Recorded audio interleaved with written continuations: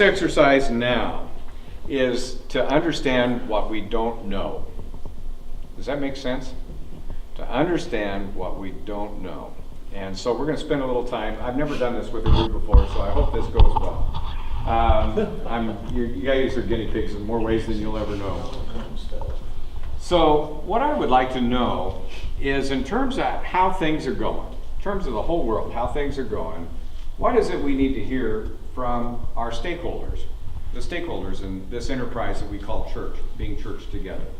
So what do we need to learn from our clergy, for example? What could they tell us? If we've got all the clergy in one room and we had a chance to ask them some questions, what could we learn from them? What is it we don't know about their day-to-day life and the things? And some of you are clergy serving congregations already, so you should be helpful in this conversation.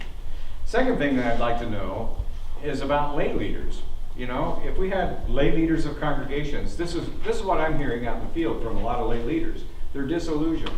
You know, when Bill was talking, he said the one lady that said we can't attract young people to our church. I don't like it when anybody tells me we can't do something. That's when I'm going to double down and show you we sure as hell can. You know, but no, don't tell me we can't do something. You can't tell me you've explored everything. But that's a mark of disillusionment when you get to a point where you say we can't do that, or we don't seem to be able to. And so what is it that we would be hearing from lay people? And then the third group that I'd like to know about is people that engage in our camping ministry, or our conference center, particularly the people that are engaged in the camping program in and of itself. What is it we need to learn from them in terms of what is this experience doing for them in terms of enriching their life, and you know, where is it, what makes it such a valuable thing, you know, for everyone? And finally, I would like to really know what this community needs. We do an exercise, and I'm going to give you this as homework in between this section and the next session that we get together. But we do an exercise where we interview community leaders. Instead of a bunch of us sitting around a room trying to figure out what we think they need, we actually go and talk to them. And that's the way that you find out the best. We've done it with New Church for years. We're doing it now with transformational congregations. And one of the results have been just marvelous. In St. Louis, we're working with Webster Groves Christian Church. We sent them out to do interviews in the community. The first person they went to call on was a school district official. And she was ready for them to come in and to tell them what they're doing wrong and why they need to be teaching creationism or something like that, when she saw she had an appointment with the church group. And the group came in and they said, you know, we're just really interested in our community, and we want to be God's hands and feet in this world. And we'd just like to hear from your perspective what you think kids here need. And she actually broke down and cried in front of them. She said she's been working that job for 26 years. Nobody had ever come in the door to ask her what she thought. Everybody instead came in to tell them what they thought, but nobody had ever asked her what she thought. It was the first experience in that. And it was kind of funny with Webster Grove. They talked to police people, they talked to social workers, they talked to all kinds of different people. They all came back with the same thing. Early childhood education is a big need.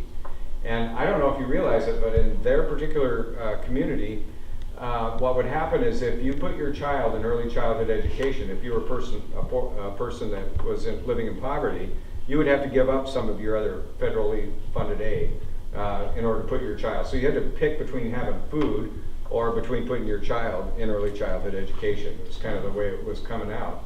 And so once they got all these dynamics together, by actually talking to people in their community, they've made a commitment to utilize a big portion of their building to help fund and to facilitate early childhood education in their community.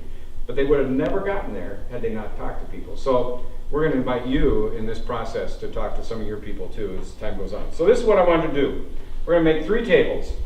Table number 1, and let me just say this. You can choose whichever table you would like to go to. However, you're limited to the number of seats at the table. So if the seats are all full around your table, don't be picking up some chair and pulling it over there, because I'll come by and hit you over the head with a Bible or something, all right? I have to threaten violence in these events or else people don't listen. So this table here will be, what is it that we need to learn from clergy? What kind of questions do we need to ask them?